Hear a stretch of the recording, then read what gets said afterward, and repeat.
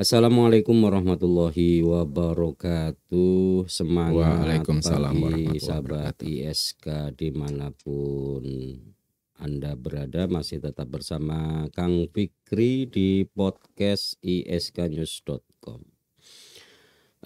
Masyarakat Kudus dan sekitarnya, mungkin untuk kali ini kita sudah kedatangan tamu istimewa ya, Pak Ahadi Setiawan. Ini beliau adalah Ketua Persatuan Guru Republik Indonesia Kabupaten Kudus.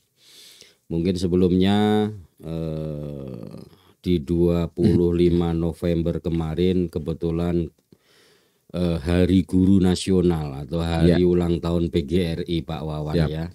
Oleh karenanya mungkin secara pribadi maupun institusi saya dan ISK menyampaikan ucapan selamat ulang tahun. Terima kasih. Mudah-mudahan karya Bapak Ibu Guru betul-betul nanti akan bisa memajukan dan mencerdaskan kehidupan bangsa. Amin, amin.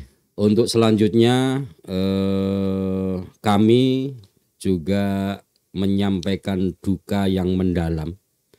Kebetulan pahlawan-pahlawan kita di SMP Negeri 3 Jekulo ini kebetulan sampai hari ini sudah ada 4 guru yang meninggal. Oleh karenanya mudah-mudahan amal baik beliau diterima di sisi Allah dan diberikan husnul khotimah. Amin, amin. Dan yang ditinggalkan mudah-mudahan diberi kekuatan lahir dan batin. Amin, amin. Pak Wawan, ketika kita bicara tentang PGRI, ya, siap. Apa yang bisa disampaikan Pak Wawan selaku Ketua Umum PGRI Kabupaten Kudus? Ya, terima kasih Kang Fikri dan terima kasih ISK atas waktu, kesempatan, undangan buat kami. Saya ucapkan terima kasih. Pada kesempatan kali ini, terima kasih tadi doanya buat sahabat-sahabat kami yang sudah berpulang ke rahmat Allah Subhanahu wa taala. Mudah-mudahan dijabahi Allah Subhanahu wa taala. Tadi doa yang terbaik buat Pak Fikri juga, mudah-mudahan senantiasa sehat walafiat. Pak Kang Fikri dan juga masyarakat Kudus pada umumnya, PGRI dalam hal ini adalah organisasi profesi.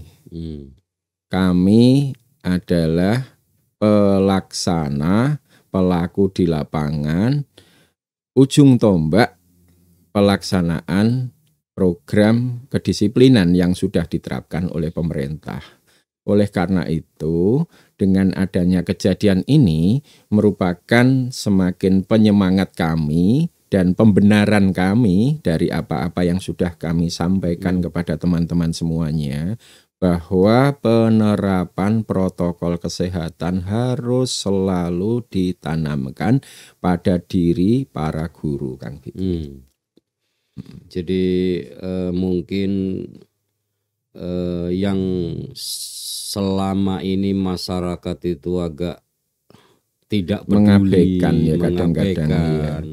Ini ternyata memang virus pandemi COVID-19 itu memang nyata kan, begitu. Sehingga ini harus ada sinkronisasi antara pemerintah, masyarakat dan semuanya saja, bahwa program pemerintah untuk menerapkan di era new normal dengan 3M ini harus betul-betul dilaksanakan.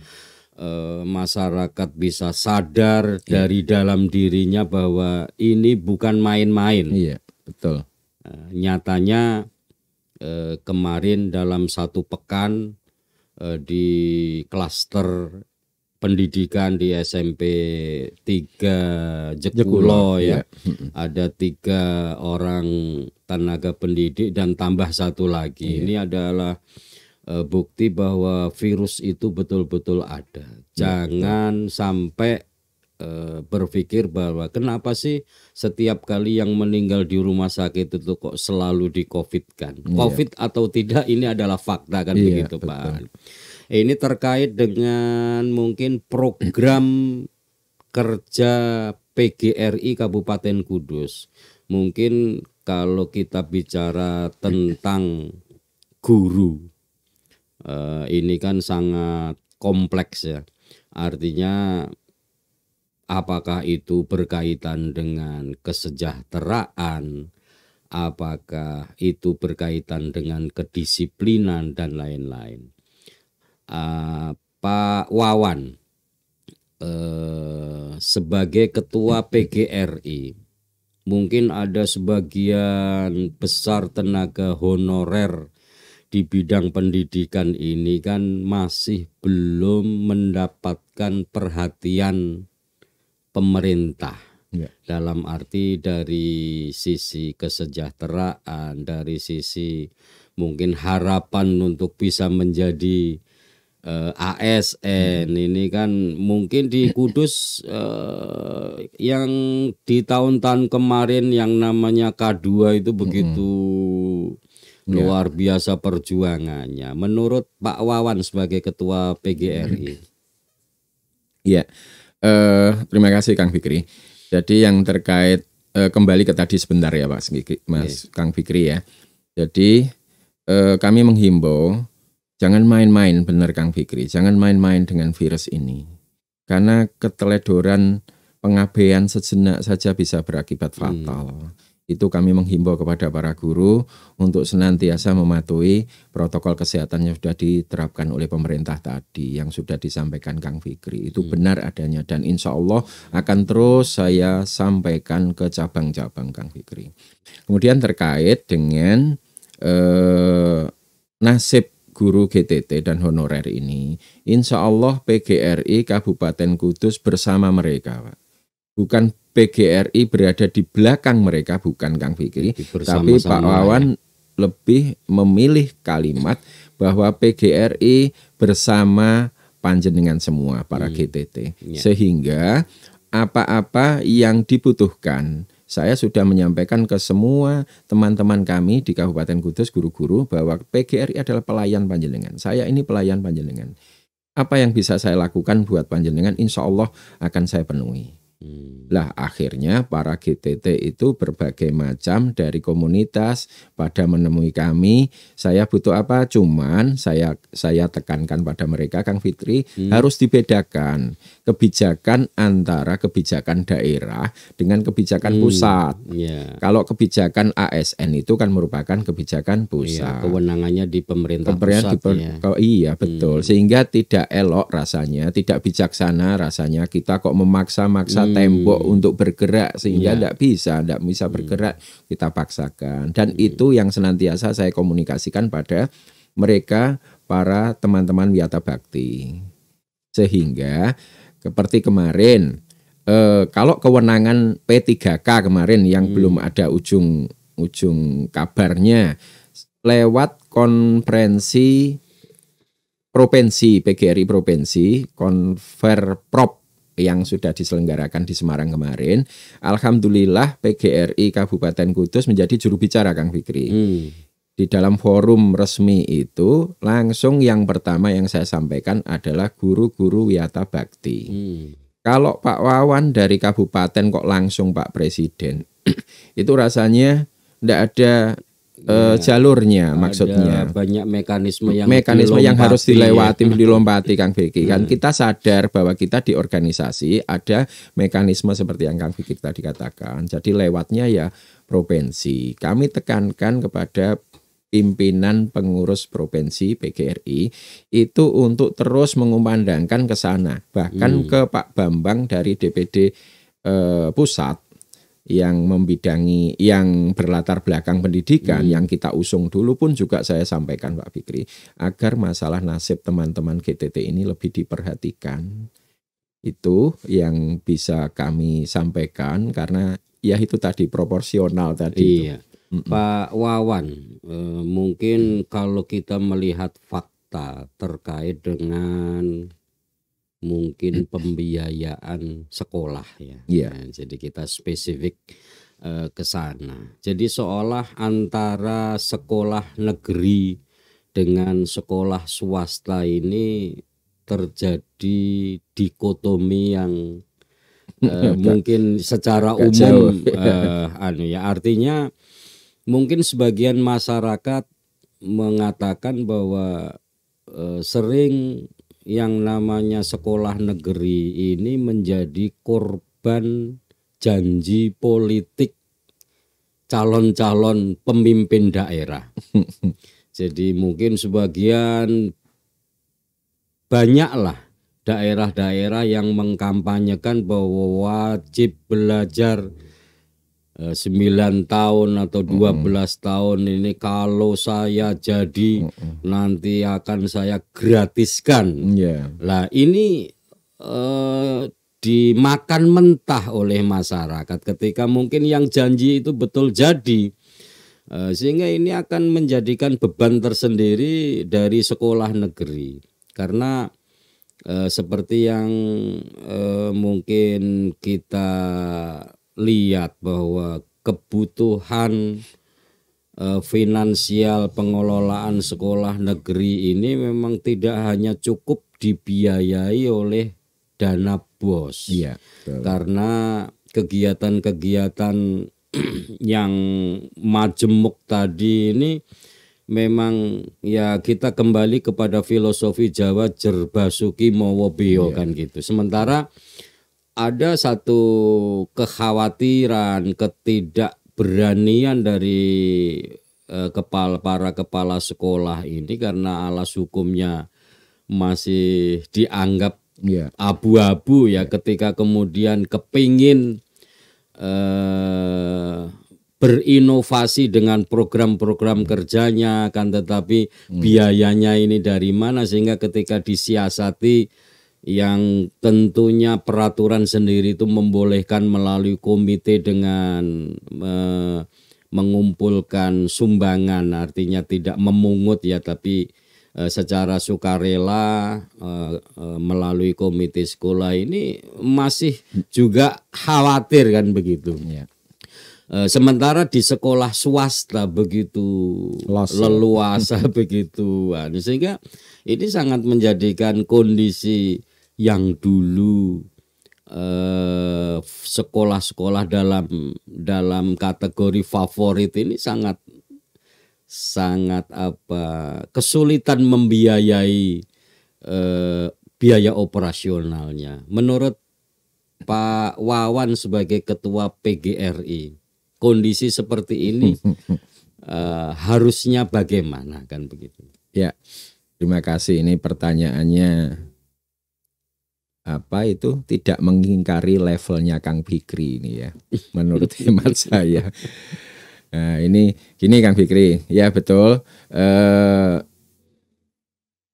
Sebetulnya tadi kurang sependapat yang pertama tadi. Pemerintah pun juga sudah memikirkan lewat kebijakan-kebijakan yang namun benar Kang Fikri juga masih belum bisa memfasilitasi memenuhi semua kebutuhan yang ada yang terkait dengan pendidikan. Sebagai contoh misalkan di sekolah negeri itu kan ada juknis BOS.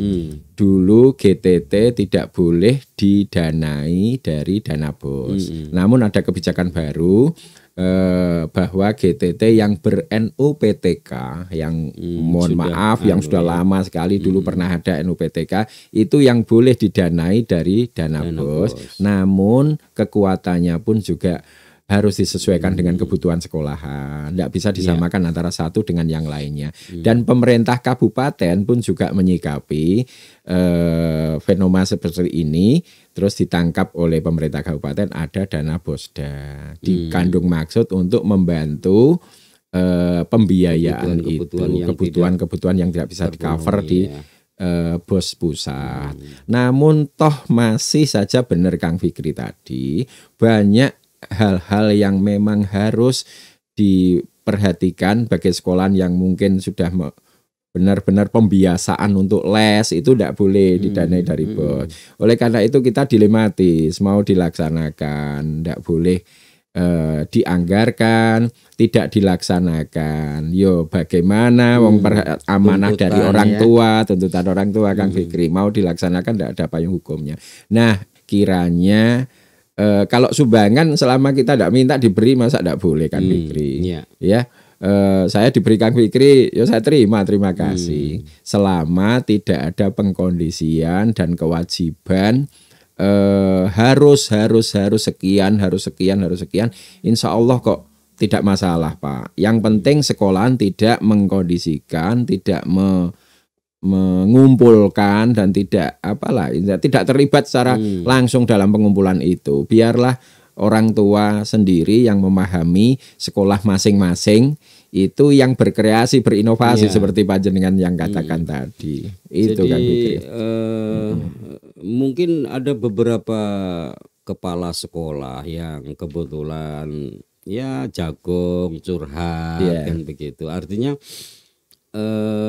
sebenarnya ketika kepala sekolah dan para guru ini hanya sekedar menggugurkan kewajiban mengajar, itu sebenarnya sudah selesai kan begitu. Artinya tidak ada kewajiban lain kan begitu. Betul, hanya saja yang saya sangat apresiasi itu adalah para kepala sekolah ini memang seolah sedang berinovasi bagaimana mungkin sekolah yang ada di klaster kecamatan ini bisa duduk sama rendah, berdiri sama tinggi dengan sekolah-sekolah negeri yang di kota misalnya. Atau mungkin sekarang sandingannya itu adalah jangan sampai kalah prestasi dengan sekolah-sekolah swasta dan lain-lain. Sehingga inovasi-inovasi ini sangat bermunculan, akan tetapi ketika kita mau merealisasikan inovasi itu terbentur dengan yang namanya biaya tadi. Artinya ketika kepala sekolah bicara tentang biaya ini dipastikan hampir semuanya itu biayaan kan begitu. Artinya mungkin karena ya itu tadi interpretasi dari berbagai masyarakat ini kan sangat macam-macam ya terkait dengan katanya sudah sekolah negeri kok gratis, masih begini dan lain-lain kan begitu. Yang lebih ironis itu ketika misalnya mau mengirimkan anak-anak untuk berlomba di beberapa tingkatan, apakah provinsi, karesidenan, bahkan di tingkat nasional, itu kadang-kadang sekolah juga agak bingung karena ini duitnya dari mana kan begitu. Ya kalau mungkin anaknya karena orang tuanya bangga, mungkin kalau Pak Guru minta dibiayai sendiri, oke. Terus guru pembimbingnya yang jadi persoalan kan ada beberapa hari kan begitu. Sehingga memang saya sudah pernah menyampaikan ke PLT Bupati, mbok tolonglah untuk sekolah-sekolah negeri itu diberikan payung hukum untuk bisa memberikan ruang kepada wali murid berpartisipasi dalam hal pendanaan untuk pembiayaan kegiatan-kegiatan yang tidak di-cover oleh karena dengan Perbub itu sendiri insya Allah semua akan bisa jalan karena yang namanya sekolah negeri itu nyun sewu bantuan dari pihak ketiga pun kan juga tertutup. Sementara sekolah swasta dengan CSR dari pihak ketiga ini begitu luar biasa sehingga kalau kondisi seperti ini tidak ada langkah konkret dari pemerintah, tentu dipastikan prestasi dari sekolah-sekolah negeri ini akan stagnan kan begitu. Mungkin ini biar menjadi PR bagi para wakil rakyat yang ada di DPRD bahwa kondisi real seperti itu kan begitu Pak Wan. Ini terkait dengan ini di era pandemi yang mungkin sudah hampir 1 semester Pak Wawan ya. Iya, betul. Lebih dari 1 semester. Lebih dari 1 semester ya. Anak-anak ini belajar dengan cara daring. Bahkan mungkin sekarang ini sudah ada inisiasi dari pemerintah di awal tahun nanti akan ada pembelajaran seperti biasanya, namun karena kondisi kemarin ada klaster dari dunia pendidikan, ternyata ada yang positif bahkan sampai lebih dari 3 orang terakhir ya. Ini tentu akan menjadi evaluasi pemerintah, karena kalaupun misalnya pemerintah itu mengizinkan, akan tetapi orang tua masih juga khawatir kan jadi. Menurut Pak Wawan kondisi seperti ini. Ya Kang Fikri, benar adanya, benar tadi. Saya pikir-pikir Kang Fikri ini memang pas ini kalau dijadikan sebagai tokoh pemerhati pendidikan ini. Iya enggak juga. Emang seperti yang disampaikan kelihatannya sudah tahu persis yang dialami kami di para guru di sekolah. Terkait dengan situasi seperti ini Kang Fikri, kami insya Allah GRI itu adalah organisasi profesi, sehingga tidak kapasitas kami memberikan statement harus tatap muka. Oh ini jangan tatap muka. Kita serahkan pada pimpinan kami, yaitu Dinas Pendidikan. Insya Allah Dinas Pendidikan pun juga akan sebagai acuan adalah surat edaran dari pemerintah kabupaten, Pak PLT. Pak PLT sebagai acuan dari yang lebih kompeten, yaitu Dinas Kesehatan. Kita serahkan pada ahlinya. Kemudian apakah itu nanti harus tatap muka, apakah tetap pembelajaran jarak jauh, kita serahkan. Yang pasti Kang Fikri bahwa PGRI adalah organisasi profesi. Apapun keadaan di depan, insya Allah kami akan profesional menghadapi para siswa. Sekalipun harus jarak jauh, ya kami akan mematuhi pembelajaran dengan jarak jauh. Kita memang dilematis Kang Fikri. Di satu sisi kita harus memutus rantai penyebaran COVID. Di sisi lain kita harus mencerdaskan anak bangsa. Memutus rantai COVID tidak boleh kerumunan. 2 hal yang harus bersama-sama jalan. Maka solusi yang paling tepat memang pembelajaran jarak jauh yang dilaksanakan bisa dengan daring, luring, atau kombinasi dari keduanya. Nah ini tergantung pada tingkat kreativitas dan inovasi dari masing-masing guru tadi yang Pak Kang Fikri sampaikan tadi. Oleh karena itu menurut hemat kami siap manakala harus misalnya pemerintah memutuskan pembelajaran jarak jauh, kami pun juga siap melaksanakan amanah itu. Namun apabila ada kebijakan untuk tatap muka, itu pun juga akan kami terapkan penerapan protokol kesehatan di sekolah-sekolahan itu Kang Fikri secara optimal, sehingga ini nanti akan mengurangi kecemasan, keraguan dari pihak orang tua tadi yang Pak Fikri, Kang Fikri katakan. Nanti kalau memang harus tatap muka, ya setidaknya ada surat izin dari orang tua supaya tidak ada saling salah menyalahkan. Jadi, mungkin masyarakat itu kan juga ya bertanya-tanya ya apakah mungkin memakai referensi atau tidak. Jadi tidak atau larangan berangkat ke sekolah ini selalu disandingkan dengan kondisi real bahwa kenapa sih yang dilarang kok cuma anak-anak sekolah tidak boleh berangkat, sementara di perusahaan, kemudian di pasar, di mall, di tempat-tempat kerumunan yang lain ini begitu bebas. Kenapa? Yang di dunia pendidikan itu kok losdol tidak berangkat. Ini ada apa sebenarnya kan begitu. Sehingga ini memicu interpretasi yang ya mungkin ada yang positif, negatif. Betul. Menurut Pak Wawan? Kalau ditanyakan ke saya, ya saya menurut kacamata medis Kang Fikri, bahwa anak-anak itu sangat rentan terhadap penularan COVID. Nah, sehingga kalau rentan dan mohon maaf tingkat emosional anak, tingkat kesadaran anak ini kan masih jauh dibandingkan kita orang tua di pabrik-pabrik, di mal-mal. Nah, sehingga harapannya memang anak-anak itu kalau sudah dilepas, sudah lupa aturan, sudah langsung bergandengan rangkulan sama teman, tidak tahu apakah itu yang ada indikasi tertular atau tidak, sudah tidak tahu lah. Ini mungkin loh Kang Fikri yang dikhawatirkan oleh pemerintah.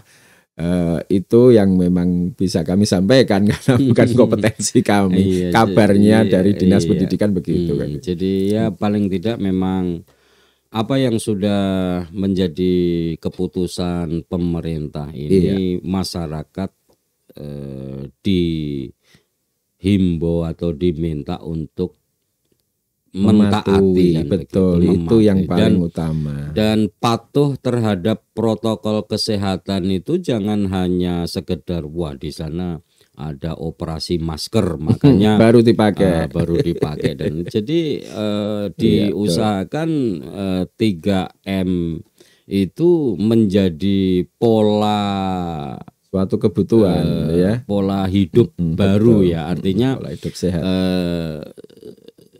harus menjadi kebutuhan dari dalam diri kita sendiri. Betul. Sebab kalau sudah butuh itu apapun sebenarnya dilakukan ya. Artinya tidak ada rasa kok begini dan lain-lain. Seperti mungkin kalau di Kudus ini kebetulan ada jamu tradisional yang terkenal ya, Nyah Bancan. Artinya Nyah Bancan itu buka jam 9 pagi. Ning kenapa sebelum subuh di pintu gerbang kok sudah banyak yang ngantri? Kenapa mereka mau berlama-lama nunggu antri, sampai buka dan lain-lain? Karena butuh. Oleh karenanya mungkin penerapan protokol kesehatan yang digariskan oleh pemerintah itu diharapkan menjadi kebutuhan. Sehingga tidak ada piye dan lain-lain kan begitu. Pak Wawan, ini mungkin di beberapa berita sering kita dengar bahwa mungkin ada beberapa guru yang kebetulan dikriminalisasi. Nah, artinya beda dengan zaman kuno ya. Seorang guru, seorang ustadz membawa menjalin wis pokoke nek mengatasi bocah kedisiplinan. Dua-duas itu enggak ada persoalan, tapi ketika di era sekarang ada seorang guru yang mungkin apakah sengaja atau tidak supaya anak disiplin kemudian melakukan sesuatu, ini sering ada kriminalisasi. Artinya dilaporkan polisi dan lain-lain. Menurut Pak Wawan sebagai ketua PGRI, harapan kami ini menjadi kesadaran dua belah pihak.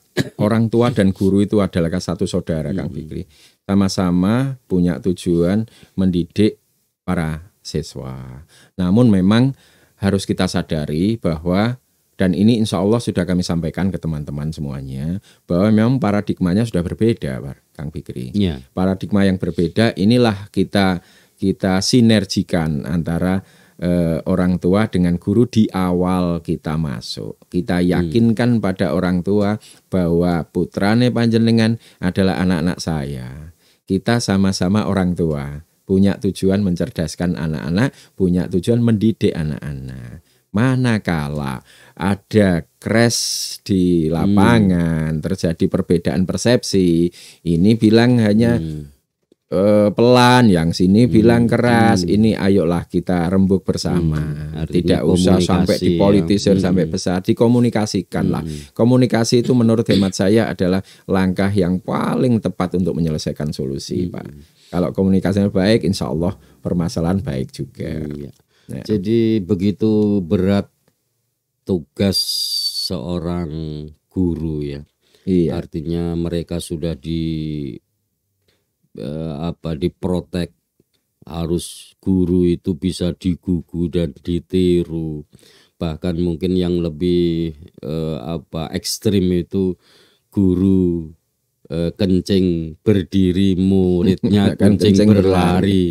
Artinya begitu luar biasa peran seorang guru, sehingga kemarin saya kebetulan ketemu dengan salah satu pengamat pendidikan bahwa guru itu memang kalau harus bisa tampil menjadi ibu dari anak-anak didiknya. Harus sekali-sekali juga bisa tampil seperti ayah. Betul, Kang. Kemudian sekali juga harus bisa tampil menjadi kakek nenek. Artinya yang bisa bercerita dan lain-lain. Nah, kan tetapi yang lebih penting sekali-sekali juga harus menjadi polisi atau tentara yang mendisiplinkan anak itu, kan begitu. Sehingga apapun yang dilakukan, peran yang diambil oleh seorang pendidik ini tujuannya hanya satu, mendidik kedisiplinan anak-anak didik, kan begitu. Oleh karenanya ketika kemudian melihat peran yang besar, harapan dari orang tua dan negara yang besar untuk mencerdaskan bangsa itu, ketika kita bicara tentang kompensasi finansial, gaji dan lain, kemarin dirumuskan kalaupun misalnya gaji pokok, tunjangan dan sertifikasi itu 8 sampai 9 juta itu belum apa-apa, karena kebutuhannya itu tidak hanya makan saja kan dan lain-lain. Apalagi ketika kita bicara tentang nasib guru-guru GTT dan lain-lain. Terakhir Pak Wawan, pesan dan kesan kepada di Hari Guru Nasional ini, pesan kepada mungkin orang tua murid, kepada anak-anak, kepada masyarakat di era pandemi COVID-19 seperti ini, apa yang mau dipesankan Pak Wawan sebagai Ketua PGRI Kabupaten Kudus? Ya, siap. Terima kasih Kang Fikri. Sebelum ke pesan itu, kami ingatkan kepada para guru semua terkait dengan yang disampaikan Kang Fikri tadi. Memang kita para guru itu dibekali kompetensi pedagogik, Kang Fikri. Kompetensi pedagogik seorang guru itu bisa mengerti masing-masing karakter para siswanya, masing-masing kemampuan para siswanya, masing-masing tingkat emosi para siswanya. Menerapkan kompetensi pedagogik ini maksimal, maka kita bisa memilih anak-anak kita bisa sebagai teman, karena memang karakternya anak tidak bisa dikeras, ya jangan kita keras. Kalau karakternya anak misalnya ada keterbatasan di bidang matematika misalnya, ya harus kita berikan layanan yang beda dengan anak yang itulah kompetensi pedagogik yang harus diterapkan. Insya Allah kalau menerapkan itu tidak akan terjadi gesekan di lapangan. Jadi sama-sama senang.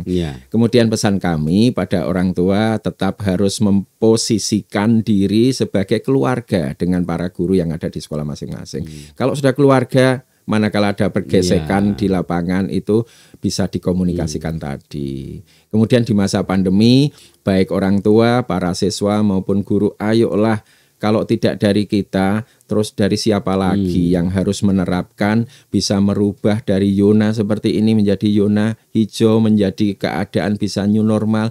Kalau tidak kita, siapa lagi? Marilah kita terapkan protokol kesehatan dimanapun kita berada, baik di rumah maupun di sekolah.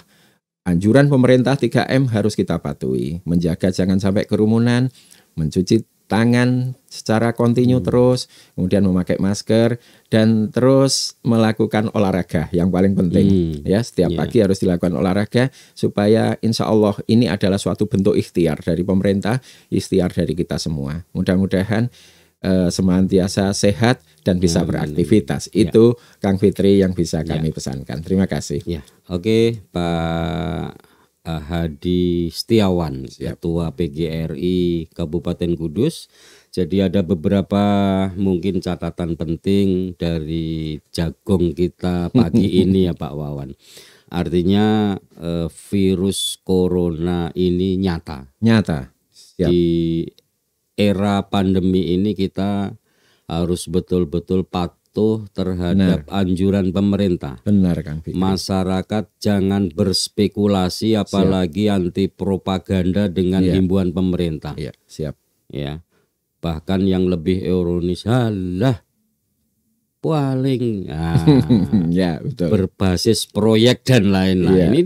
Ini real bahwa anggota Pak Wawan di dalam 1 pekan ini nyata meninggal karena positif terpapar COVID kan begitu. Bahkan menyusul 1 tenaga pendidik lagi. Oleh karenanya jangan sampai mungkin kejadian-kejadian seperti ini terjadi di klaster-klaster yang lain. Cukuplah yang kemarin menjadi satu referensi kita bahwa kita harus taat dan patuh terhadap anjuran pemerintah. Wis to pokoke nganut pemerintah itu paling kepenak. Iya, betul. Jangan berandai-andai bahkan menjustifikasi bahwa ini adalah hapus-hapus dan lain. Ini jangan sampai kan begitu. Kemudian terhadap wali murid. Juga tidak perlu berandai-andai, artinya mereferensikan dengan jagung dengan sesama wali murid ini kok tidak sekolah-sekolah ini bagaimana ini mesti tujuannya pemerintah begini. Wis pokoke intine ku percaya karo pemerintah. Apapun yang menjadi kebijakan pemerintah itu harus dijalankan. Kemudian menjadi corong keluarga agar tetap patuh terhadap protokol kesehatan. Betul kan. Sekiranya itu mudah-mudahan kita segera keluar dari era pandemi seperti ini ya Pak Wan, sehingga kehidupan kita bisa menjadi normal kembali, anak-anak bisa bersekolah kembali, Pak Guru juga tidak perlu berjibaku bagaimana ini caranya wong ora sekolah kok ujuk-ujuk ono tes dan lain-lain. Ini juga semua sudah terprogram melalui Dinas Pendidikan, Pemuda dan Olahraga. Saya kira itu masyarakat Kudus dan sekitarnya tetap bersama Kang Fikri di podcast ISK karena ada banyak hal di sini. Mudah-mudahan bincang kita kalaupun ada masalah ini kita bisa mendapatkan pemecahannya dan syukur dapatkan solusinya kan gitu. Terima kasih. Tetap sehat. Assalamualaikum warahmatullahi wabarakatuh. Waalaikumsalam warahmatullahi wabarakatuh.